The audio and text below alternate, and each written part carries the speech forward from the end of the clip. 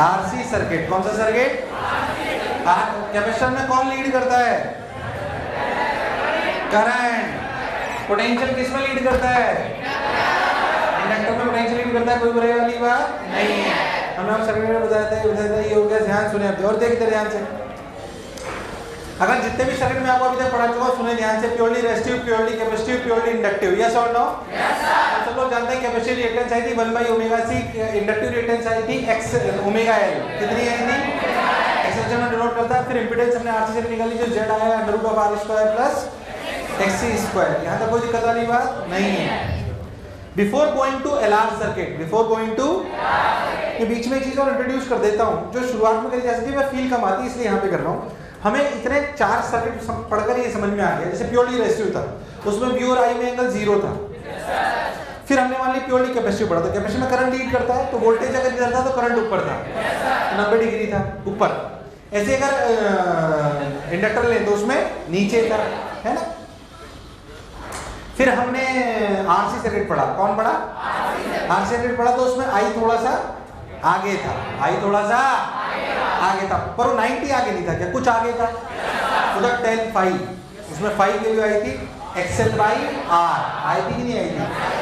यहाँ तक की बात अपन कर चुके थे। असलियत में इस पूरे खेल में जो भी आप पढ़ते हो, जो भी आपके घर में जितने भी सर्किट लगे हुए हैं, उन सब में बेसिकली बात होती है एनर्जी की। किसकी? तो पावर क्या है, कितनी एनर्जी आ रही है, क्या है। तो लिखिए power and energy in AC supply. Power and energy in AC supply.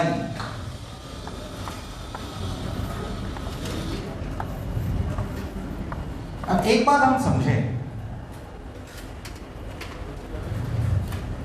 मान लीजिए कि E है E0 sin ωt। E0 sin मान लेते हैं, क्या बात है भाई। अब जब किसी भी सर्किट से लगाया जाएगा, सर्किट क्या क्या हो सकते हैं समझे। Pure R, pure C, pure L, LR, RC, LC, LCR, क्या कुछ भी हो सकता है। पर कुछ भी हो, क्या करंट की इक्वेशन कुछ इस प्रकार की शायद होगी। I बराबर I0 sin ωt + 5। वो 5 बाई नेगेटिव हो सकता है, होगा तो कुछ ऐसे। अब किसी भी इंस्टेंट पे जो बैटरी पावर देती है, जो बैटरी वो क्या होती है? EI। मैं पूछूं किसी भी टाइम t पे क्या पावर है तो EI। E कितना और I कितना? बोलो ये बात तो मानते हो? कैसा भी सर्किट हो, ये 5 डिपेंड करेगा भाई सर्किट कौन सा, वो एक अलग बात है। पर वास्तविकता में तो इक्वेशन ऐसी होगी। बोल यस और नो? मुझे लगा नहीं तुम्हें आया। तो हमने लिखा E0 sin ωt। E0 sin, अगर आप ध्यान दें तो ऐसे लिख दिया जाएगा E0 I0 sin ωt into sin ωt + 5। sin ωt plus, अरे नहीं आया, अरे पक्की बात, ऐसे अपने लिख लिया। अब इसे सॉल्व करते हैं थोड़ा सा और ध्यान। ये power eight any time t है। अगर आप ध्यान देखो तो इसे क्या लिखोगे? E0 I0 sin ωt को लिखेंगे sin ωt cos phi plus cos ωt sin phi। Yes और नो? तो देख sin ωt cos phi, sin अंदर चला जाएगा तो कितना हो जाएगा यार, मुझे लगा नहीं तुम्हें आया। फिर आएगा sin ωt cos ωt, तो लिख सकते हैं sin 2ωt/2। अगर तुम्हें नहीं आया sin phi, तुम्हें समझ नहीं आया, मैं डायरेक्ट लिख दिया। आया नहीं आया? समय के साथ ये टर्म चेंज हो रही है, ये टर्म चेंज हो रही है, पर cos phi sin phi change, मुझे लगा नहीं तुम्हें आया। अब जो ये पावर है ये इंस्टेंटेनियस पावर है। क्या है? हमें इंस्टेंटेनियस से मतलब होता है एवरेज। अच्छा, ये बहुत लंबी लंबी साइकिलें चलती जा रही है तो टोटल एवरेज निकालने के लिए क्या एक साइकिल में निकाल लो? किसमें निकाल लो? तो मुझे पावर थोड़ी चाहिए होती है, ऐसे कोई किसी भी टाइम पे 2 सेकंड में पावर नहीं, हमसे पूछी जाती है एवरेज पावर। क्या चीज? तो हम समझते हैं मैथमेटिकल कैलकुलेशन से कि एवरेज पावर जो होगी वो होगी integral of p dt। Integral of p is a function of time t, p dt by integral of dt। Integral of p dt upon integral of, अरे कभी तो हाँ ना बोलो। Integral of p dt upon integral dt। क्या करें क्या करें क्या करें? बहुत बढ़िया, बहुत सुंदर, बहुत मजा आया, वाह वाह वाह वाह। अब सोच, जब तू ये करेगा तो सोच E0 I0 cos phi तो बाहर आ गया, इसमें जब तू ये लगाएगा तो sin स्क्वायर का एवरेज हाफ आएगा। अरे तो पहले भी कर चुके हैं यार। क्या आई स्क्वायर आरएमएस में कर चुके हैं? इसका एवरेज क्या आया था? हाँ, क्या आया था? अच्छा, साइन 2 ओमेगा टी बाई 2 का एवरेज क्या है? 0। साइन का एवरेज पूरी साइकिल के लिए क्या होता है? यार तुम्हें नहीं आया? आया नहीं आया? डायरेक्ट लिख दूं या पूरा सॉल्व करूं? क्या साइन स्क्वायर ओमेगा टी का एवरेज पहले निकाल चुके हैं? अरे हाँ ना बोल। तो जब तू उसको करेगा तो ये वैल्यू आएगी E naught I naught cos five by 2 plus 0। ये तो 0 आ जाएगा ना? ये क्या आ जाएगा? 0। तो एवरेज पावर का फॉर्मूला क्या है? पावर एवरेज का फॉर्मूला आया E naught by root 2 I naught by root 2 cos 5। ये 5 वास्तविकता में v और i के बीच का एंगल है। अरे किसके बीच का एंगल है? यार मुझे लगा नहीं तुम्हें आया। किसके बीच का एंगल है? v और i। E naught by root 2 क्या है? E R M S. I naught by root 2 I R M S cos 5। क्या एक नई टर्म आने लगी कॉस 5? इसे ऑल्टरनेटिंग करंट सप्लाई में बोलते हैं पावर फैक्टर। क्या बोलते हैं? अगर कभी आपने बिल देखे हो अपने स्टडी के तो उसमें एक फैक्टर लिखा होता है पावर फैक्टर। क्या लिखा होता है? अगर आपके घरों में जो आप अप्लायंसेस यूज कर रहे हो उनकी वजह से अगर पावर फैक्टर 0.9 से कम हो जाता है तो सरकार आप पे पेनल्टी लगाने लगती है। ऐसा आपको पता नहीं है पर ऐसा होता है। और अगर आप पावर फैक्टर अच्छा रखते हो, अगर आप पावर फैक्टर अच्छा रखते हो, जितना बड़ा रखोगे ये पावर जितनी सरकार देगी उतनी आप मैक्सिमम यूटिलाइज कर रहे हो। तो सरकार ये कहती है ठीक है आप पैसे दे रहे हो उसके, पर आप वेस्ट कर रहे हो अगर तो हम आपसे पेनल्टी लेंगे। भाई मान रहे हैं हम पैसे दे रहे हैं उसके, पर रिसोर्सेज तो सरकार के हैं। अरे यार, तो जो पावर गवर्नमेंट सप्लाई कर रही है वो कहती है कि आप उसे यूज करिए, उसे वेस्ट। ये पावर फैक्टर ये बताता है जितना बड़ा ये पावर फैक्टर होगा, जितना ये 1 के पास होगा, इसका मतलब उतनी ज्यादा एनर्जी को आप यूटिलाइज। आपने सर्किट ऐसा बनाया है, यहाँ पे आपके घरों में आपने ऐसा सर्किट बना रखे हैं ताकि वो सारी एनर्जी कंज्यूम लॉस। भाई मान लीजिए सरकार ने आपको दी है 2 जूल एनर्जी, कितनी दी? जबकि आपने अपने इंस्ट्रूमेंट्स में 1.5 की यूज ली, बाकी वेस्ट हो गई। तो फिर आपके भी काम नहीं आई, सरकार से भी वेस्ट हो गई, सरकार की तो फिर आपको पेनल्टी लगा दी। तो सरकार ये कहती है कि आप जैसे अपने पंखे हैं, लाइटें, जैसे एक्चुअली क्या है पावर फैक्टर खराब होते हैं जनरली बड़ी मशीनरीज के, जैसे एयर कंडीशनिंग मशीन है तो इनके लिए हमें कैपेसिटर बैंक लगाने पड़ते हैं। अब जैसे इन वाली बिल्डिंगों में तो खैर तुमने नहीं देखा होगा, उस वाली बिल्डिंग में कभी तुम आए हो तो नीचे वाइट कलर के पैनल लगे हुए हैं। तो कैपेसिटर बैंक से बड़ी मशीनों के कैपेसिटर मतलब वो बेसिकली पावर फैक्टर को सही करते हैं। मैं उसकी डिटेल में किसी में नहीं जा रहा हूँ, that is not in your courses, but ऐसा रियलिटी में करा जाता है। जैसे जब हम बिल्कुल शुरुआत में बिल्डिंग चालू हो रही थी तो 80-80 हज़ार रुपये पेनल्टी आ जाती थी। अगर आपको सर्किट जैसे इसकी अपने लिफ्ट की मशीन्स, ये एयर कंडीशनिंग, ये तो एयर कंडीशनिंग जैसे उधर एयर कंडीशन लगे हुए हैं, इनके ऊपर बड़े कूलर लगे हुए हैं। ये जो 3 फेज मोटर्स जो होती हैं, 3 फेज मोटर्स के बारे में मैंने कभी याद कर एक बार बोला था, 3 फेज मोटर करंट सिटी में बोला था। हमारे घर में कनेक्शन कैसे आते हैं? 1 फेज, 2 फेज, 3 फेज। 3 फेज आते 3 फेज है, पर हमारा सिंगल फेज से सब चल जाता है। बड़ी मशीनरी चलानी होती है तो उनके लिए 3 फेज मोटर लगानी पड़ती है। उनके पावर फैक्टर बहुत अच्छे होते हैं, फिर उनको अच्छा करने के लिए बहुत सारी चीज़ें करी जाती है, अलग सेटअप है, अलग तरीका है। सो अपने आप में बहुत बड़ी साइंस है, फिर मैं उसमें नहीं जा रहा हूँ। तो बेसिकली आपको समझ में आना चाहिए कि पावर फैक्टर अगर हम चाहते हैं कि सरकार जो एनर्जी दे रही है वो यूज़ करे तो पावर फैक्टर अच्छा होना चाहिए, बेकार होना चाहिए। बिल देखना है हमने इलेक्ट्रिसिटी का, उसमें पावर फैक्टर लिखा होता है। नॉर्मली जो हमारे घर में चीज़ें होती है ना, ये छोटे मोटे AC ये सब, तो इनके पावर फैक्टर पहले से ही बनाने वाले ध्यान रखते हैं कि पावर फैक्टर अच्छा हो, पावर फैक्टर खराब होना ध्यान रखते हैं। पर बड़ी मशीनरी में अगर ध्यान नहीं रख पाए और लगाने वाला सिस्टम बहुत प्रॉपर्ली नहीं लगा पाए तो आपके सर्किट का पावर मतलब आपके पूरे घर का या बिल्डिंग्स का पावर फैक्टर खराब हो सकता है। अगर होता है तो फिर सरकार आपको पेनल्टी लगाती है। हर पावर फैक्टर के बिलिंग पे पावर फैक्टर पे आपके पेनल्टी आती है। और अगर आप अच्छा पावर फैक्टर दोगे तो सरकार आपको रिबेट भी देती है।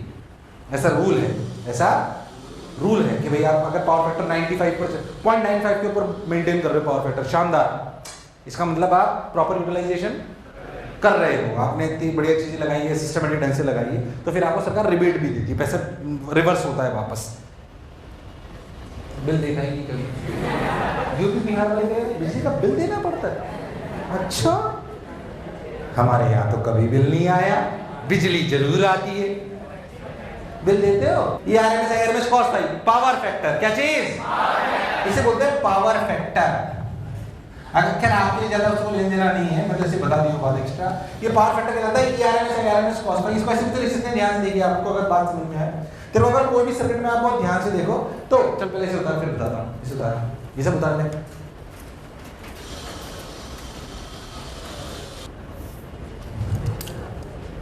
ERMS, IRMS, cos फाई कहते हैं पावर फैक्टर। ये एंगल है V और I के बीच का, ये एंगल है V और I के बीच का।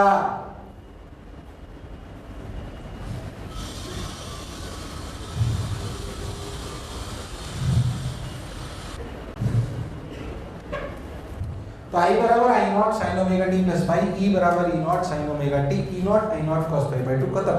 अब चलो हो गई ये बात, अपने को समझ में आ गई। इसमें मैं वापस आऊंगा, पहले अपने जो दो सर्किट बाकी है उनको और पढ़ लेते हैं। कौन से बाकी? वैसे तीन बाकी हैं, LR, LC और LCR। पहले अपन LR, LC और पढ़ लेते हैं, फिर इस पे थोड़ी चर्चा और करेंगे, क्योंकि खेल एनर्जी का है। खेल किसका है यार? मुझे लगा नहीं तुम्हें आया नहीं आया। खैर अपन ये बात समझते हैं, ERMS, IRMS, cos फाई। देख ध्यान से, अब नेक्स्ट सर्किट लिखिए LR सर्किट। RC पढ़ा था, LR पढ़ा था पहले? देखिए LR सर्किट,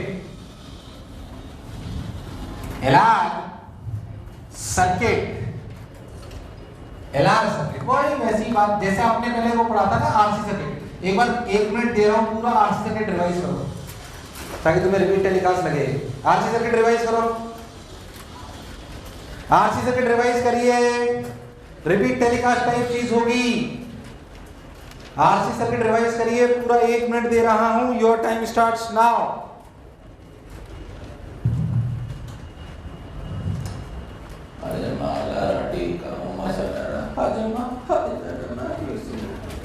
डिस्टर्ब मत हो, 1 ही मिनट है, 15 सेकंड तो निकल भी गए। घड़ी बहुत धीरे चल रही है।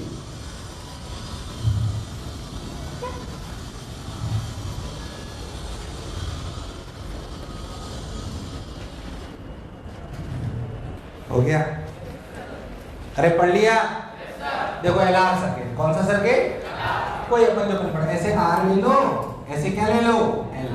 अब अपने को समझ में आता है कि अपने को करना क्या है। मैं आपको डायरेक्ट समझाता हूँ, ध्यान से देखिए।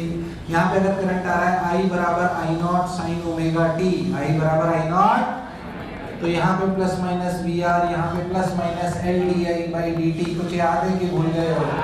ये अपना हुआ VL, सबने बोला ठीक, कुल में तो ठीक। तो अपना E की जो वैल्यू होगी वो होगी VR प्लस VL। क्या होगी? VR प्लस, अरे अभी तो हाँ ना बोलो। अगर अपन बात करें तो VR प्लस VL, VR प्लस VL, तो क्या सही तो कर रहा हूँ? अरे सही तो है। अब इंडक्टर में कौन लीड करता है? पोटेंशियल। ये I naught sine omega T, तो क्या I VR के लिए होगी I not R sine omega T. मुझे लगा नहीं तुम्हें आया। VL क्या लिखेंगे? I naught XL sine omega T plus pi by 2। मुझे नहीं आया, ध्यान से देख। तो I naught under root of R square plus XL square. समझ में आ रहा है क्या? क्या समझ में आ रहा है? ध्यान से देख, चलो बताता हूँ। क्या इन दोनों को वेक्टर की तरह जोड़े? किसको? I नॉट R और I नॉट XL है। तो I नॉट R इधर ले लो, तो I नॉट XL कहाँ ले लो? ऊपर। तो याद कर, हमने शॉर्ट ट्रिक बताई थी, I नॉट को लिखने की जरूरत नहीं है। क्या इन दोनों के रिजल्टेंट ऐसे आएगा? क्या इसे under root of R square plus XL square, इसे क्या बोलेंगे? Z। Z क्या होता है? Impedance of the circuit. Impedance of the XL की वैल्यू होती है ओमेगा L। ये एंगल कहलाएगा फाई। क्या कहलाएगा? फाई। नहीं आया? अगर अपन बहुत ध्यान से देखें तो कुल मिला के जो अपना E आएगा, क्या आएगा? E। तो ध्यान से देखो क्या हुआ, तो E VR, तो इसकी जो वैल्यू आई वो क्या लिखेंगे? I naught under root of R square plus XL square. देख, sine omega T plus phi, phi की कितनी है? tan inverse XL by R। मुझे लगा तुम्हें आया, तो tan inverse XL by R। अरे नहीं आया। अगर आप बहुत ध्यान देखो, आप करंट को हॉरिजॉन्टल ले लो तो वोल्टेज आगे कि पीछे? अगर आप करंट को हॉरिजॉन्टल ले लो तो वोल्टेज आगे पीछे? आगे पीछे, आगे पीछे, कोई बुराई जैसे आप बनाना चाहो बनाओ। करंट को इधर बनाओ तो वोल्टेज कहाँ हो जाएगा, आगे। कितना आगे, 5। अब ध्यान देना, कभी मैं आई बना रहा हूँ, कभी बी बना रहा हूँ, जैसे आपको अच्छा लगे। जनरली वैसे इधर आई बना लो, इधर क्या बना लो, तो अगर इंडक्टर होगा तो भी ऊपर चला जाएगा और कैपेसिटर होगा तो भी नहीं आया। पर कोई ये फिक्स तरीके नहीं, आपको जैसे अच्छा लगे, आपको जैसे अच्छा लगे। मैं चाहता तो भी ऐसे बना दो तो आई नीचे चला जाता, उसमें कोई शक वाली बात नहीं है। बेसिकली ये पता होना चाहिए कौन आगे और कितना आगे, कौन आगे और तुझे मेरी बात समझ। तो ऐसे लिख दिया बी और आई, तो अपनी इक्वेशन आ गई। सबने बोला ठीक, मैंने भी बोला ठीक। ऐसे अपने को समझ में आना, क्या फील आई थोड़ी? जेड पूछ ले, ये पूछ ले। मैं अगर एक सवाल कराऊंगा, क्या सब लोग कर पाओगे? मिलके करेंगे, पहले से होता है।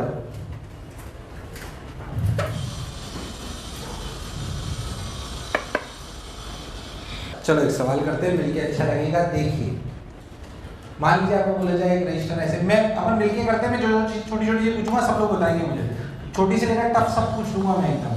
मान लीजिए इसकी रेजिस्टेंस 6 ओम, कितनी है 6 ओम। एक्सेल आपको बोल दिया 8 ओम, कितना 8 ओम। मान लीजिए बोल दिया E बराबर 20 sin omega t, 20 sin omega t। अपन तो सिंपल लेते हैं, पारंपरिक कंसेप्ट कर लेंगे। तो जो मैं बोला चमका। चलिए खुद बताइए, सबसे पहले क्या निकालना चाहिए? ये रब कर दूं? अरे रब कर दूं? अरे पक्की बात है ना। सबसे पहले z निकालना चाहिए, उससे सारी बातें क्लैरिटी देती है। मैं तो पता है सिंपल एक तरीका कर रखा है, मैं तो जैसा भी कभी भी सर्किट आए। क्या सबसे पहले बताओ E नॉट कितना? क्या सब लोग बोलते जाएंगे E not, E RMS 20 by 10√2 लिख दूं। अब बात आती है z निकालने की। क्या निकालने की? z निकालने के लिए मैंने कुछ चीजें रट रखी हैं। सिंपल r को बनाओ हॉरिजॉन्टल, r को बनाओ। एक्सेल कहां बनेगा? xc नीचे। ऐसा इसलिए क्योंकि r के मैंने एक स्टैंडर्डाइजेशन कर लिया खुद के समझने के लिए। क्यों ऐसा करा? r की तरफ ही क्या करंट होगा, सोच के r की तरफ कौन होगा? एक्सेल कहां लो, xc कहां लो, स्टैंडर्ड कर लो। नहीं आया, अरे नहीं आया, पक्की बात। अपने आप सब होता जाए। अब देख इधर r कितना है 6 और ये कितना है रिजल्टेंट कितना है, कितना है? ओह, तो क्या z हो गया 10? z कितना हो गया? ओह, ये एंगल कितना?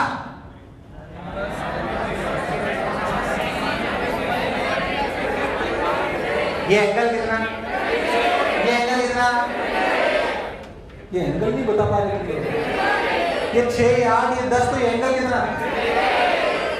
कितना? अभी भी गलत बोल रहे हैं यार, तुम एंगल नहीं निकाल पाए। 53, ये कौन सा एंगल होता है? कौन कितना एंगल है? 53। ध्यान से देखो तो इंडक्टर में कौन आगे होता है? यानी कि अगर करंट लो इधर तो पोटेंशियल होगा आगे, और कितना आगे होगा? 3 पाई। मुझे लगा ही नहीं तुम्हें आया। ऐसा z निकल आया, ये निकल आया, ये निकल आया। चलिए मैं आपको पूछता हूं, आई नॉट, आई नॉट सब लोग बोलेंगे दो कैसे? क्या I naught is E naught by Z?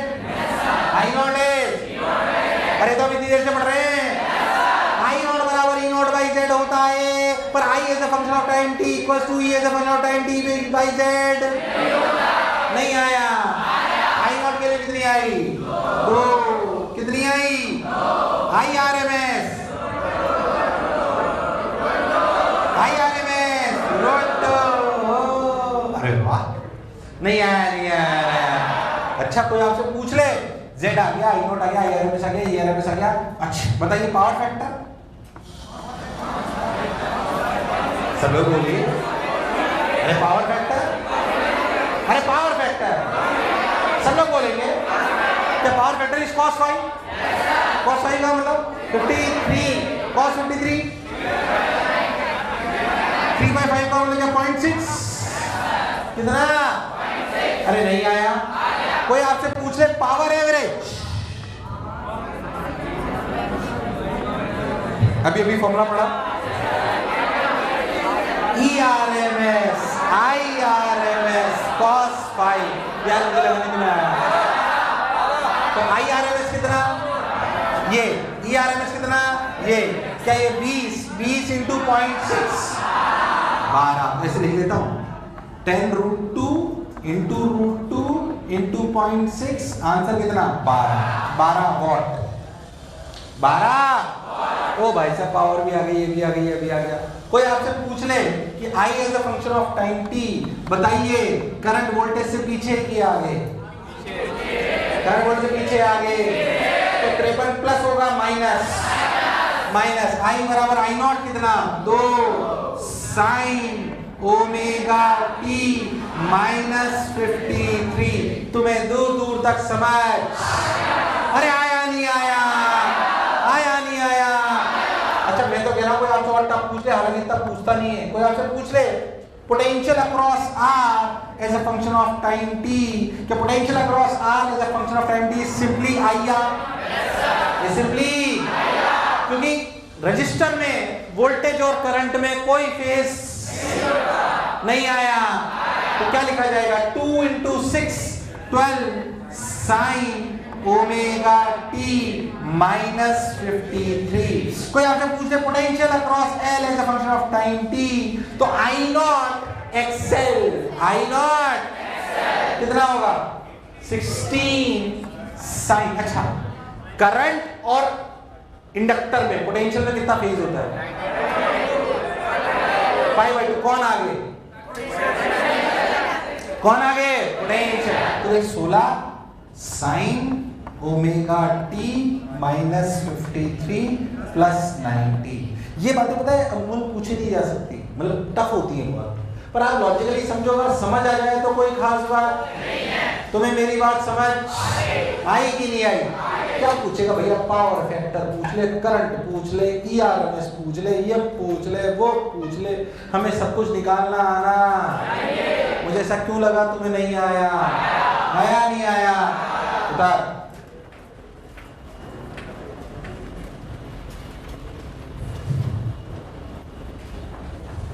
तो अगर बहुत ध्यान से देख तो cos फाई जो लिखा जाएगा ना, उसको ऐसे रख सकते हो आप R/Z। cos फाई को क्या रख सकते हो, R/Z। क्या रख सकते हो, देखिए RC में भी काम करेगा। cos फाई को रख लो R/Z, R/Z। तो जो भी तूने पढ़ा उसमें देख, अगर तू बात करें प्योरली रजिस्टर सर्किट, तो इसमें पावर फैक्टर cos फाई क्या होगा, R/Z। Z कितना होगा इसमें, इसमें क्या होगा R। अरे नहीं आया तो इसका पावर फैक्टर कितना हो जाएगा 1। कितना हो जाएगा, अगर इंडक्टर लो तो R कितना, अगर सिर्फ इंडक्टर लो तो R कितना, अरे कितना, अरे R कितना 0, तो इसका पावर फैक्टर कितना है 0। इसीलिए कह रहा हूं प्योर इंडक्टिव सर्किट होते, अरे उसमें रेशियो तो होगा ना, तो ये वास्तविक सर्किट नहीं होते, इसलिए ज्यादा आते भी नहीं है। अगर प्योर कैपेसिटर हो तो 0, अगर RC हो तो वही R/Z, और अगर LR हो तो R/Z। तुम्हें मेरी बात समझ, इसमें देखो तो I और V में एंगल 0 है, इसमें देखो तो I और V में एंगल 90 है, इसमें देखो तो I और V में एंगल फिर 90 है, इसमें देखो तो I अगर इधर है तो वोल्टेज पीछे है और ये फाई है, और अगर इसमें अगर देखो तो I अगर इधर है तो V आगे है और ये भी फाई है। इसमें भी tan inverse phi equals to XC/R। तुम्हें समझ नहीं आ रहा मैं क्या कह रहा हूँ, ये नहीं आया ना, अरे नहीं आया ना, अरे नहीं आया ना।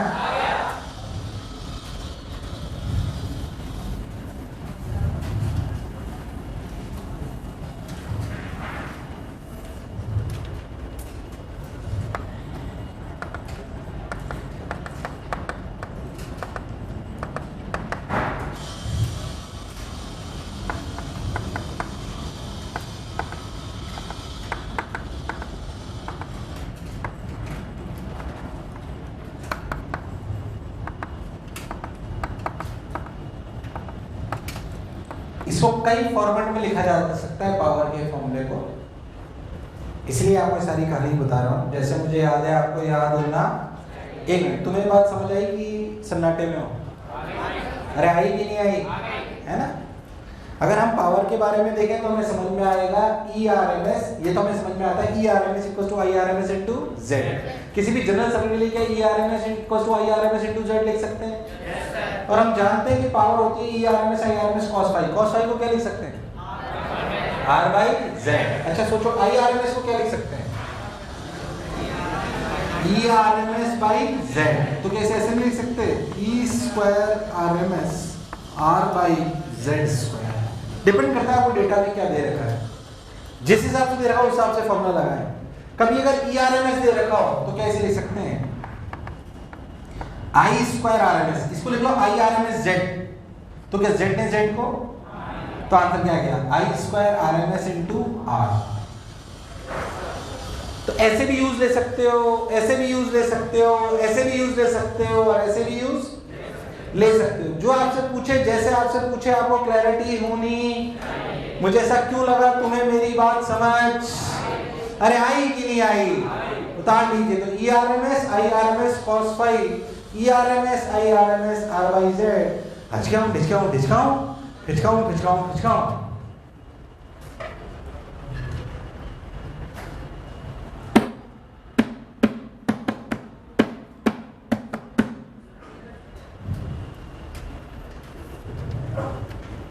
हाँ भाई,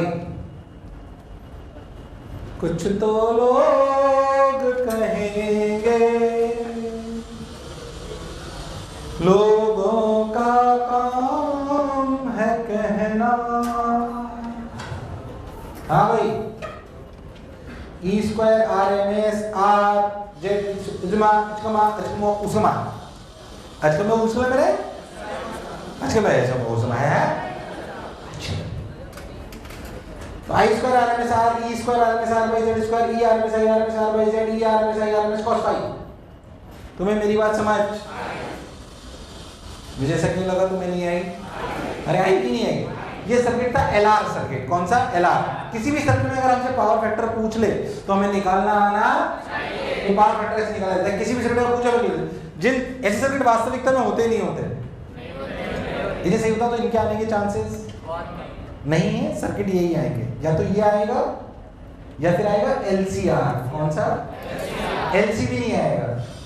LC वास्तविकता में हो सकता है क्योंकि L और C जहां पे भी होगा वहां पे रजिस्टर, यार सर्किट में रजिस्टर होना कंपलसरी है एक तरीके से सोचो। बिना रजिस्टर से कैसे सर्किट बनेगा? रजिस्टेंस होना। तो प्रैक्टिकल अगर बात करें तो कौन सा सर्किट प्रैक्टिकल है? प्योर रजिस्टिव, जो तो जिसके आने का क्या लॉजिक है? भाई ये थोड़ी पूछेगा 5 ओम का रजिस्टर है, 10 वोल्ट की बैटरी लगाई, बताओ करंट क्या है ना? तो इसके आने का लॉजिक नहीं है, ये होते नहीं है। इसे सवाल आपके 3 भी आ सकते हैं, या तो आएगा RC पे, या आएगा LR पे, या फिर किस पे आएगा? LCR। फिर तो जो मैं बोला चमका। खैर, तो अपन LCR पे चलने से पहले अपन एक जो छोटी मोटी चीजें छोड़ी और बाकी उसको देख लेते हैं। क्या पावर फैक्टर सबको अच्छे समझ में आया है?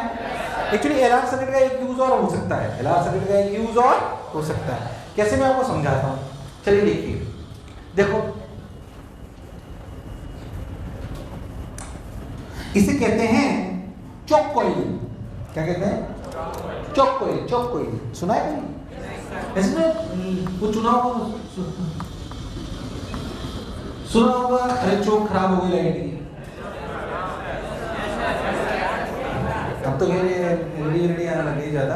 बट सुना ट्यूबलाइट में चोक होती है, वही चोक की बात हो रही है। जो बोलते हैं चोक कॉइल, क्या बोलते हैं? एक्चुअली ऐसा समझ कि मान लीजिए हमें चोक वाली लाइटें थी, है ना? अब हुआ है कि हमारे घरों में सप्लाई कितनी आती है? अब तूने एक ऐसा इंस्ट्रूमेंट बनाया जो इफेक्टिव तो है, बढ़िया भी है, लाइट बढ़िया है, पर साला इसके साथ तकलीफ ये है कि 220 वोल्ट नहीं झेल पाती। ये चलती 20 वोल्ट पे, ऐसा समझ। पर हमारे घरों में सप्लाई कितनी है? इसको कितनी चाहिए? तो 220 लगा दोगे तो क्या होगा? निपट जाएगी। पर मेरे घर में सप्लाई कितनी है? तो अगर ट्यूबलाइट पे लगा दूंगा तो 20 की औकात है उसकी, तो उसको 200 ज्यादा दे दिया, निपट गई वो। तो हमने सोचा यार मैं चाहता हूँ साला ऐसे मान लीजिए ऐसे ट्यूबलाइट है हमारा, ये बेचारी कम झेल पाती है, हमने सप्लाई लगा दी। अब तो इसमें वोल्टेज कम है, इसके लिए क्या कर लेना चाहिए? नॉर्मल बच्चे ने बोला सर उसमें क्या है, रजिस्टर लगा दो, रजिस्टर। तो इसके क्रॉस ड्रॉप आएगा कि नहीं आएगा? और इसके क्रॉस भी आएगा, तो इसके क्रॉस कम होगा कि नहीं होगा? तो बोलेगा देखो सर कम हो गया। अरे कम तो हो गया, पर ये रजिस्टर तो अनवांटेड है। क्या कमरे में हीट पैदा करेगा? आई स्क्वायर आर क्या पैदा करेगा? हीट कितनी? आई स्क्वायर। ओ अच्छा, पैसे भी लग रहे, पैसे तो लग ही रहे, और सारा कमरा गर्म हो रहा है जो अलग कमरा, तो फायदे का सौदा नुकसान। तो रजिस्टर लगाना समझदारी नहीं है। अगर हमें पोटेंशियली ड्रॉप करना है, तो किसी ने बोला क्यों ना इंडक्टर लगा लो। क्या लगा लो? इंडक्टर में लॉस तो नहीं होगा, रजिस्टर में तो लॉस होता है, इंडक्टर में लॉस। पर वास्तविकता में इंडक्टर अकेला आएगा या थोड़ी रेजिस्टेंस भी उसके साथ आएगी? तो उसके साथ वास्तविकता में ये सेटअप बनता है, इसको कहते हैं चॉक कॉइल। इसका बेसिक पर्पस क्या है, चलो खुद बताओ। चॉक कॉइल का पर्पस ये है कि ये पोटेंशियल ड्रॉप ले भी ले और ज्यादा हीट भी प्रोड्यूस, ये वो ले भी ले, क्या चीज? पोटेंशियल, ताकि हम हमारे कंसेक्यूटिव सिस्टम में पोटेंशियल को drop. So if there is a requirement of dropping a potential about a particular thing, we can attach a choke coil with it, which can make sure, and if the supply is a larger value, then the choke coil ensures that the potential should be dropped over it, but the energy losses should be minimum. क्या समस्या और समस्या का समाधान समझ आया है? समस्या ये थी कि जो मेरी ट्यूबलाइट थी उसकी औकात उतनी नहीं थी जितनी सप्लाई हमारे पास थी। चॉक कॉइल ने करा कि उसकी सप्लाई के वोल्टेज तो कम कर दिया पर खुद में भी ज्यादा लॉस। अब कैसे नहीं करा ये समझे। चॉक कॉइल क्या चीज? Chalk coil. अब इस सेटअप को चॉक कॉइल कहते हैं। चॉक कॉइल कभी भी आए तो समझ जा लीजिए, it's a simple LR circuit. It's a simple LR circuit. Chalk coil कभी भी आए तो क्या समझेंगे? It's a simple LR circuit. नहीं आया? आया नहीं आया?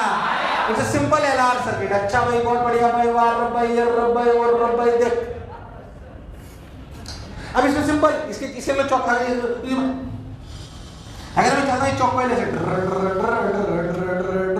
अगर आप इसको चॉक कॉइल को अच्छे समझने का प्रयास करें, सोच देखो इसका कॉस फाई क्या है? R by Z. जेड कितना? R square plus XL. XL कितना होता है? Omega square. सोच, इसके क्रॉस पावर ज्यादा होनी चाहिए कम? पावर कंजम्पशन ज्यादा होना चाहिए कम? पावर की बात करो, ज्यादा कम? वोल्टेज ज्यादा होगा अलग बात। अरे वोल्टेज तो क्या ड्रॉप हो रहा होगा यहाँ पे, सोचो तो यहाँ पे वोल्टेज ड्रॉप हो रहा होगा आई, मान लीजिए सर्किट में बह रहा है आई नॉट, कितना? तो यहाँ पे ड्रॉप कितना हो रहा होगा? आई नॉट जेड। I not. अरे यस और नो? तो जेड बड़ा होना चाहिए, जेड तभी तो ड्रॉप। पर साला कॉस फाई कम होना चाहिए तभी तो पावर, क्योंकि पावर का फॉर्मूला क्या है? IRMS into ERMS into, अरे नहीं, तो कॉस फाई छोटा होना चाहिए बड़ा होना? छोटा बड़ा?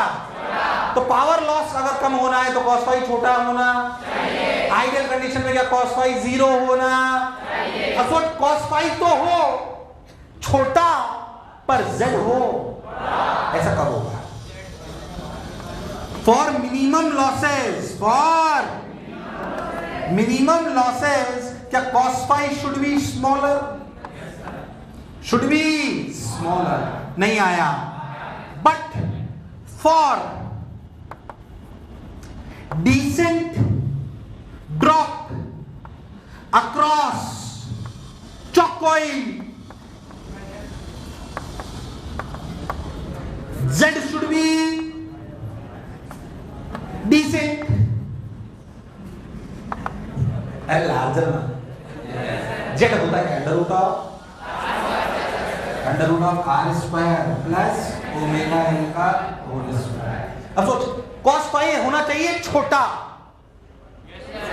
और Z होना चाहिए। सोच ऐसा करने के लिए क्या होना चाहिए?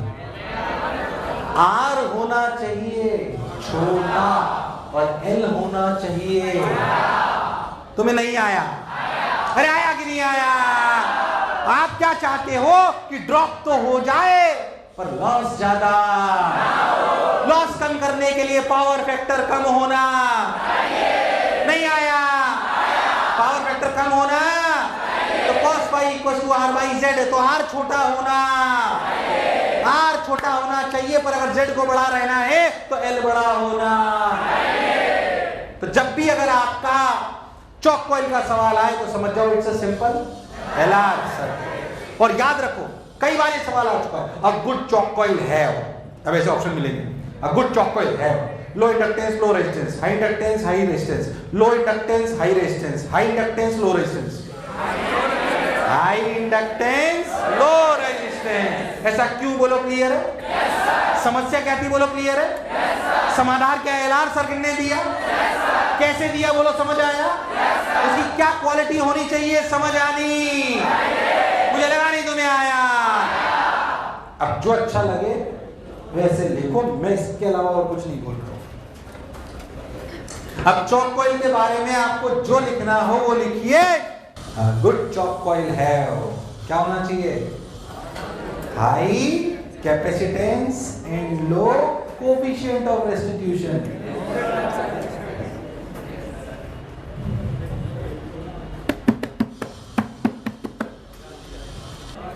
इधर देखिए, तो चॉक कॉइल है हाई इंडक्टेंस एंड, ये क्वालिटी उसकी होनी चाहिए। चॉक कॉइल देखते ही क्या हम LR सर्किट समझ जाएंगे, है ना? ठीक है, चलिए बात करता हूँ। मैं आपको एक छोटा सवाल और दिखाता हूँ जो प्रैक्टिकली लैब में यूज करें। जैसे मान लीजिए तुम्हारे पास एक इंडक्टर है, क्या है? ऐसे ही पढ़ा मिलेगा। ओके, अगर इंडक्टर है उसे यूज देना है तो उसका L भी पता होना चाहिए और R भी। अब तू लैब में ले आया तो कैसे निकालेगा? उसका एक तरीका है, लिख an inductor when an inductor is connected to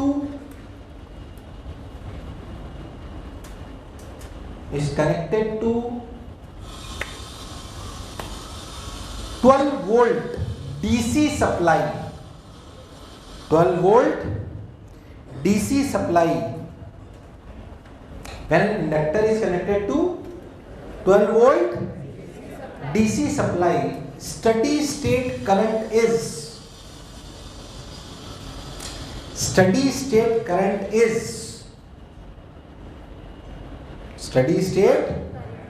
4 ampere. कितने ampere? Full stop. If inductor is connected to 12 volt AC supply, AC में आगे लिख लो 50 हर्ट्ज। जब मैं ऐसा बोलता हूं, अच्छा सवालों की टर्मिनोलॉजी को समझो, मैं बोलूं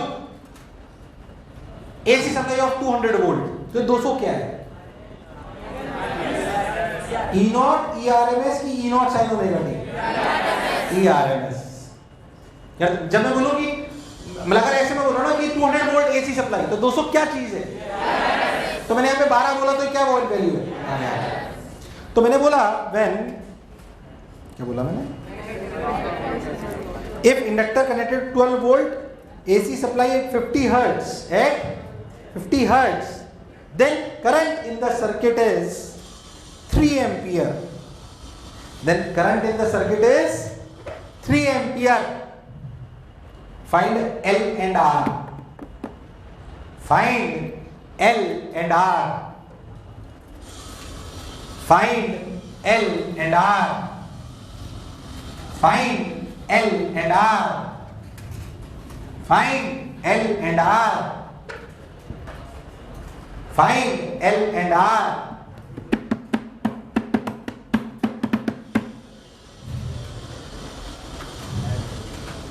देखना नहीं है मेरी तरफ, करना है। जैसे तो मेरी तरफ देख रहे हो, मैं करूंगा। क्या हमारी लैब में AC सप्लाई DC सप्लाई दोनों होती है? तो हमने ये ऑब्जर्व करा उसको कि भाई 12 वोल्ट DC लगाई तो करंट इतना आ गया, 12 वोल्ट एसी लगाई तो इतना आ गया। तो बताओ एल और आर क्या है? कई लोग तो परेशान, बात तो इंडक्टर की हो रही है, आर कहां से आ गया? अब इंडक्टर अगर बोला हो तो उसमें इंडक्टेंस भी होगी और रेजिस्टेंस भी होगी। तुम तो तेरे परदेसी छात क्या निभाओगे, सुबह पहली गाड़ी से घर को लौट जाओगे। तुम तो तेरे परदेसी साथ क्या निभाओगे, सुबह पहली गाड़ी से घर को लौट जाओगे। हुआ ही नहीं। चलो बोलो, इधर देख, ध्यान से सोचो तो उसने क्या बोला तुम्हें? 12 वोल्ट, कौन सा वोल्ट? और स्टडी स्टेट करंट, कौन सा करंट? इसमें स्टडी स्टेट करंट का क्या टी को इन्फिनिटी पे आता है? हाँ, इंडक्टर पहले अपोज करता है, बाद में सपोर्ट। फाइनल करंट क्या होगा? एलआर सर्किट का फाइनल करंट क्या होगा? V by R. तुम्हें नहीं याद है तो कुछ नहीं हो सकता। एलआर सर्किट पढ़ाया है ना? इंडक्टर कैसे एक्ट करता है टी को इन्फिनिटी पे? कैसे एक्ट करता है? तो स्टेडी स्टेट करंट क्या होगा? क्या होगा? तो आई V बाई आर होगी ना? आई कितना देर में? 4। B कितना है? तो R कितना है? पहला टर्म तो यहीं से आ गया। अब उसने बोला 12, ये IRMS, ERMS, और फिर उसने बोला करंट कितना? 3। ये 3 क्या वैल्यू? ERMS, IRMS क्या है? तो IRMS की वैल्यू कितनी दे दी? 3। तो 3 इक्वल्स टू 12 बटे XLR की Z। क्या चीज? तो under root of R square that is 3 square plus omega, क्या ये 2 पाई F, क्या ये F है? ओमेगा क्या होता है? 2 पाई F, यानी कि 100 पाई। कितना? तो 100 पाई L का होल स्क्वायर। इस इक्वेशन से क्या निकाला जाएगा? सवाल खत्म। It's a practical method which we use in the labs to calculate what? L and R। मुझे लगा ही नहीं तुमसे को आया। अरे आया नहीं आया? स्टैंडर्ड सवाल है, घबराइए मत, शर्माइए मत। जिसने की शर्म उसके आए नंबर कम। आइए, एक तुम्हें समझ नहीं आया ना? अरे आया नहीं आया? चल नेक्स्ट देखो, LC सर्किट। हालांकि टाइम पास है पर सुन लो फटाक से। LC सर्किट, कौन सा सर्किट? LC circuit. देखिए LC सर्किट, LC सर्किट क्या कहता है भाई? LC सर्किट क्या कहता है भाई? LC सर्किट कहता है कि LC सर्किट कोई L और C। अब क्या ये वास्तविकता में आएगा या नहीं आएगा? नहीं है।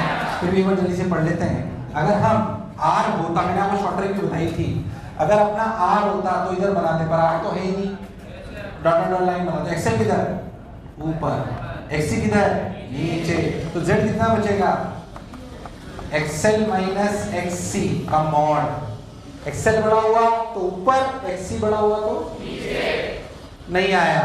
अगर XL डोमिनेट करेगा तो वोल्टेज आगे होगा। अगर XL बड़ा हुआ किससे? XC से। तुम्हें नहीं आया। अगर XL बड़ा हुआ XC से तो Z की वैल्यू होगी XL माइनस XC।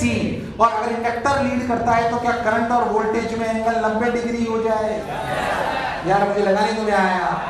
और अगर XC बड़ा है किससे? XL से। पहले तो समझ ही नहीं पा रहे कहां C कहां L। क्या कह रहा है? हाँ, Z equals to XC minus XL. अब कौन लीड करेगा? करंट। और वोल्टेज कहाँ होगा? नीचे।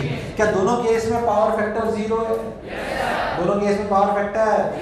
अब जैसे सिचुएशन आया वैसे कर लेना, पूरा बताओ कि समझ आ गया है। अरे आया कि नहीं आया? क्या टाइम पास नहीं करता? आता तो है नहीं वो। पहले तो जो मैं बोला क्या चमका? अरे नहीं आया। आया नहीं आया? उतार लो।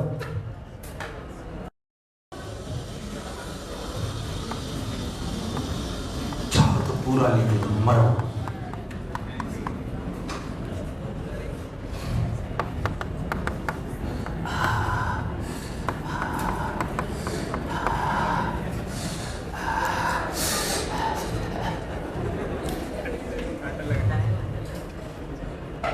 इधर देख, I naught equal to E naught XL minus x.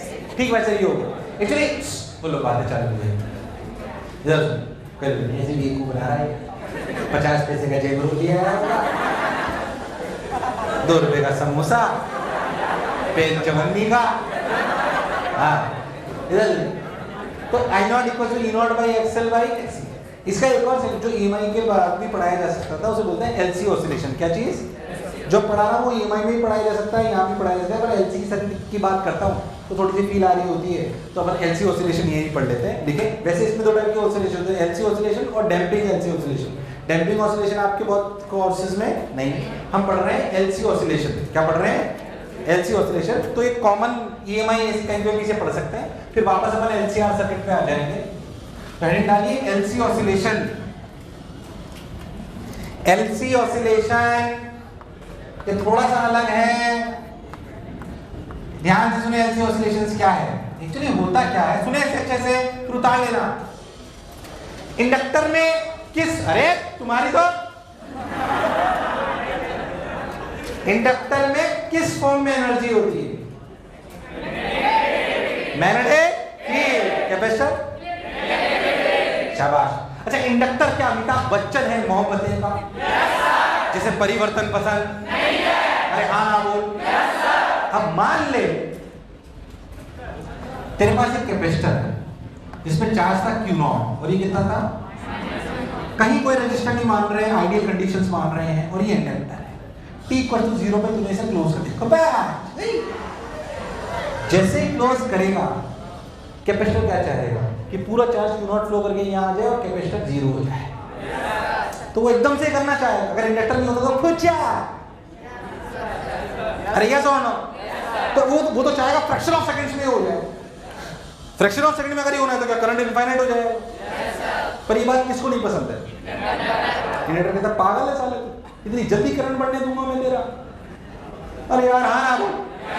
तो इंडक्टर कहता है साले बढ़ना है तो धीरे धीरे बढ़ना है तो होता क्या है, जैसे क्लोज करते हो इसका चार्ज घटने लगता है Q, ये -Q, और करंट बढ़ता रहता है।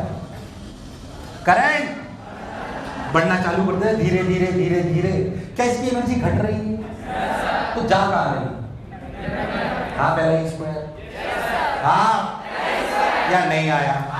और जैसे जैसे ऐसा हो रहा है चार्ज घट रहा है और करंट बढ़ रहा है। अब क्या हुआ कि कैपेसिटर पे चार्ज 0 हो गया घटते घटते। इस समय करंट क्या हो जाएगा? मैक्सिमम। क्या हो जाएगा? या नहीं आया? कैपेसिटर ने फोन करा इंडक्टर, भाई साहब डिस्चार्ज हो गया, करंट 0 कर दो। इंडक्टर ने ना पागल है साले तू, इतनी देर से साला करंट बढ़ा रहा था, कह रहा बढ़ते बढ़ते एकदम से 0 कर दूं। घटाऊंगा तो धीरे धीरे, घटाऊंगा तो धीरे धीरे घटाता। वो धीरे धीरे और वो धीरे धीरे घटाएगा तो इस पे चार्ज Q इधर और -Q इधर। अभी चार्ज करंट घट रहा है बढ़ रहा है? घट रहा है। और चार्ज घटते घटते घटते घटते घटते घटते करंट क्या हो गया? 0। वापस करंट क्या हो गया? 0। यहाँ चार्ज कितना आ गया? Q0। यहाँ कितना आया? -। इंडक्टर ने फोन करा कैपेसिटर को, खुश। उसने बोला कद्दू खोल साले में तो फिर चार्ज हो गया, अब मैं डिस्चार्ज होऊंगा। अब मैं नहीं आया, अब मैं क्या होऊंगा? तो फिर वो डिस्चार्ज होगा। कैसे? पर इंडक्टर बोलता है साले डिस्चार्ज होगा तो क्योंकि वो अमिताभ बच्चन है कहाँ का, जिसे परिवर्तन पसंद, प्यार करो पर अब करंट बढ़ रहा है।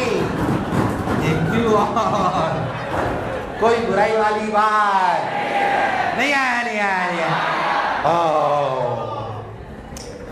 अब ये करंट बढ़ा, करंट चार्ज घटा, घटते घटते क्या हो गया, जीरो।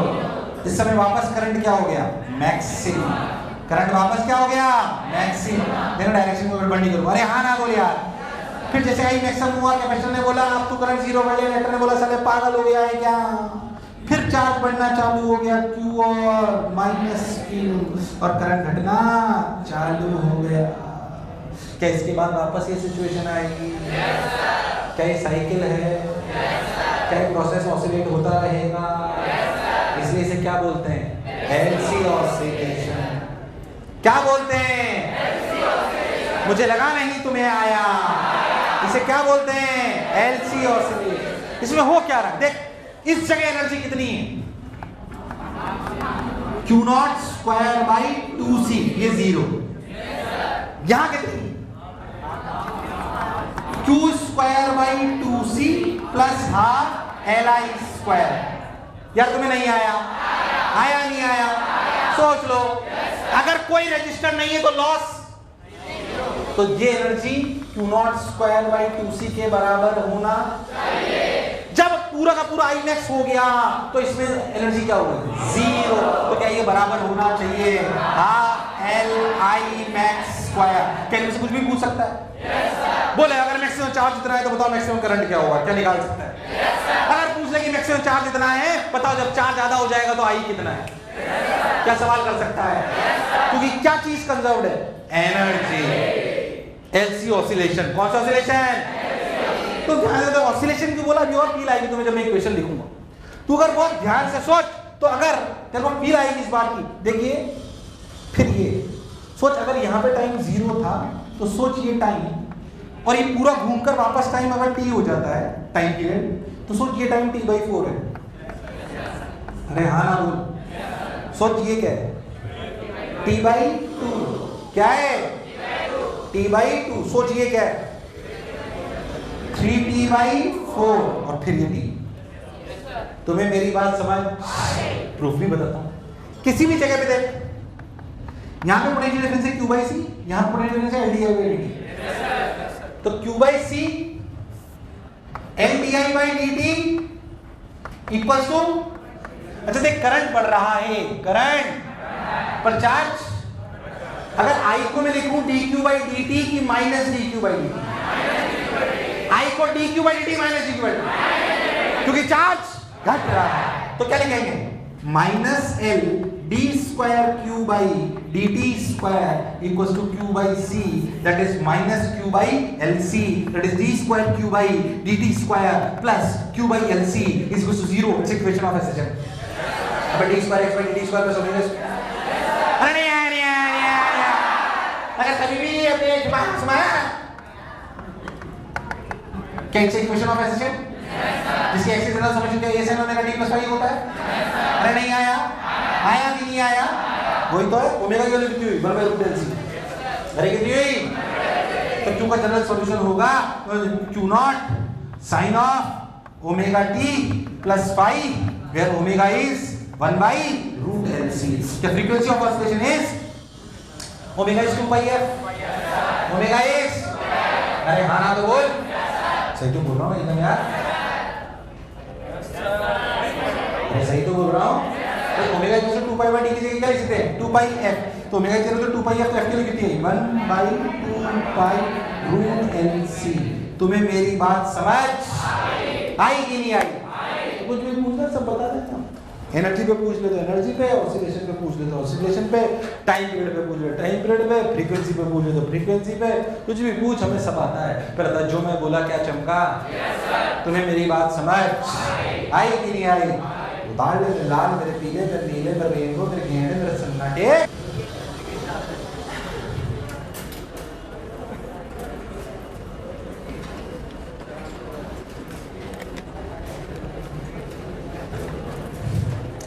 चलो मैं तुम्हें एक और पहले तो LC circuit sorry LC oscillation समझ आया है? कौन सा ऑसिलेशन है ये? LC oscillation. क्लियर? मैं चलो तुम्हें एक अच्छी चीज और बताता हूँ, ध्यान से देखें। इधर देख,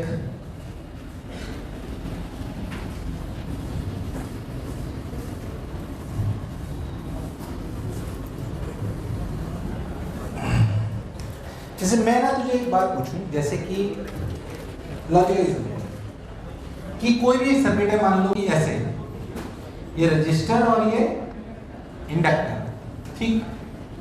अब हमें बोला गया, समझे अच्छे से, कि इसके VRRMS की वैल्यू 3 है। कितनी है? 3 वोल्ट। और VLRMS की वैल्यू 4 वोल्ट है। तो ERMS की वैल्यू क्या होगी? 7, 5, 1, 4, 3।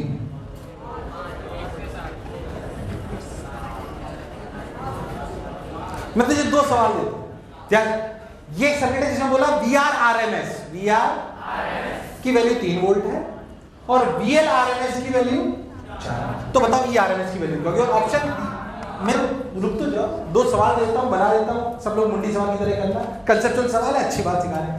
ए ऑप्शन है 4, बी ऑप्शन है 3, सी ऑप्शन है 5, डी ऑप्शन है 7 और ई ऑप्शन है 1। एक सवाल और बोला, ऐसा ही कोई सर्किट है जिसमें at time t equals to t पर VR की वैल्यू है 3 वोल्ट और VL की वैल्यू है 4। At any time t VR की वैल्यू कितनी है और VL की कितनी है? 4। इतना दिए। फिर ये ऑप्शन है। अब मुंडी सवाल है।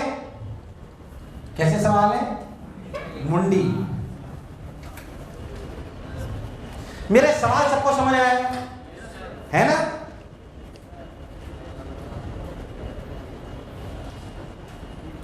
मुंडी सवाल है दोनों के लिए, दोनों केसेस के लिए मुंडी सवाल है।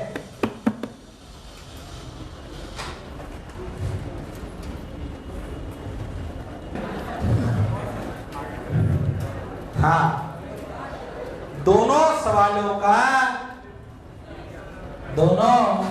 का आंसर ऑप्शन सेम है। नहीं, मैं आंसर ही बता रहा हूं, पूछूंगा तुमसे। आपने अपना आंसर चूज कर लिया? अनिता, बसंती, चंपा, डॉली, ईशा, इसके लिए भी। अनिता, बसंती, चंपा, डॉली, ईशा, इसके लिए भी। कौन सी किसकी वाली है आपको ढूंढनी है? अरे हाँ ना बोलो यार, कोई बुराई वाली बात नहीं। सबने सोच लिया अपने आंसर? सबने आंसर सोच लिए? एग्जामिनेशन की तरह करना है। सही करने पे 10 नंबर, गलत करने पे -1, नहीं करने पे -10। मुंडी नीचे, मुंडी ऊपर होते ही 20 रुपए ले लूंगा। आसपास वालों के आंसर नहीं दिखने चाहिए। हाँ, पहले वाले के लिए अनीता, बसंती, चंपा, डॉली, ईशा, शाबाश। दूसरे वाले के लिए अनीता, बसंती, चंपा, डॉली, ईशा। बहुत बढ़िया, सर पर कर जाओ।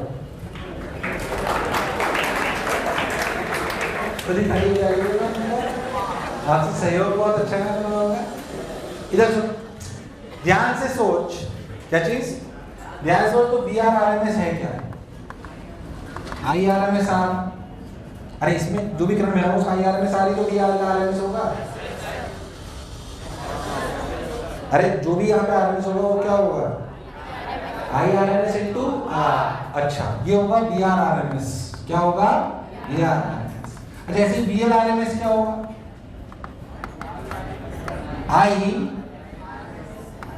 IRMS into XL। IRMS into XL। तुझे मेरी बात समझ? अच्छा, मैं बताता हूँ ERMS क्या होता है। ERMS होता है IRMS into Z into, और Z क्या होता है? √R² + XL²। क्या IRMS R का होल स्क्वायर? अच्छा, IRMS R क्या है?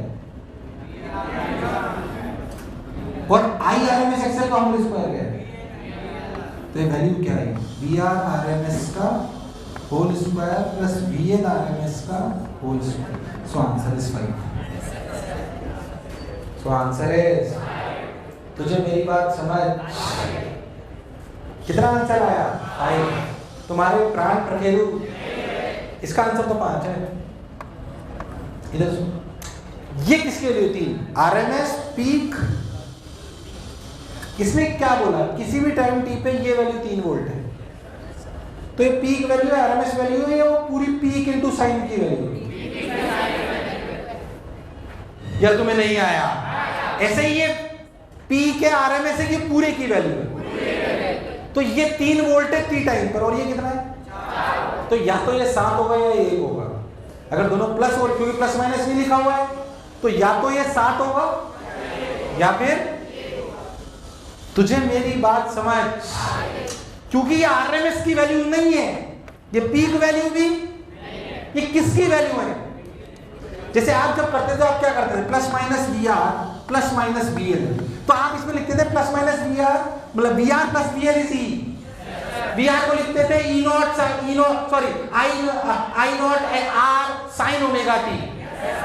तो ये I नॉट R की वैल्यू है, I not R by root 2 की वैल्यू है, I not R sine omega t की वैल्यू है। या तुम्हें नहीं आया? तुझे मेरी बात समझ? इसका आंसर क्या है? 7 भी सही बोल सकते हो और 1 भी, क्योंकि आपको प्लस माइनस मेंशन, तो या तो इसका आंसर 7 होगा या फिर 1 होगा, पर इसका आंसर 5 है। इसका आंसर 5 है। तुम्हें अच्छा सवाल कराने का कोई फायदा समय इसलिए करा रहा हूं, ये तो नहीं करता, जबरदस्ती नहीं है करता। जो मैं बोला चमका, मैंने आपको जल्दबाजी नहीं बचाई, आधे पौन घंटे का और है, आराम से पढ़ेंगे। अगले टाइम होमवर्क भी करके लाएंगे। क्या करके लाएंगे? होमवर्क करके लाएंगे। आप लोग सुन लो, बैक पैक मत करो, रुक जाओ 2 मिनट। होमवर्क करके लाओगे एक्सरसाइज 1, 2 किसकी? मैग्नेटिज्म की। एक्सरसाइज 1, 2 और 2 का लेवल 1 किसकी? और इसके आगे का पढ़ा LCR सर्किट और ट्रांसफॉर्मर। LCR सर्किट और ट्रांसफॉर्मर, बोलो क्लियर है ना?